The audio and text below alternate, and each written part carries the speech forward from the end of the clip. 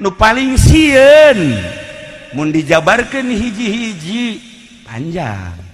Nu paling sieun keaslian urang teh bakalna sorga apa bakal neraka. Ngeri.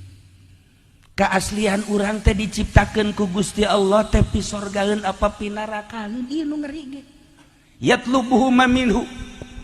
Gerak urang jadi naon bae ge lamun pi sorgaeun mah bakal positif bae. Kabeh jelema suuzon ka polisi lantaran polisi teh penegak hukum tapi ternyata nyana anu ngulin-ngulinkeun hukum neuk saha anu teu greget ka polisi tapi teu sakabehna polisi lamun diciptakeunna polisi bakal pi sorgaeun atuh polisina ge di masjid bae atuh henteu dinas-dinas cenah di masjid bae lantaran pamajikanna galak sanajan kuarina jadi kiai dasan diciptakeunana bakal jadi ahli neraka.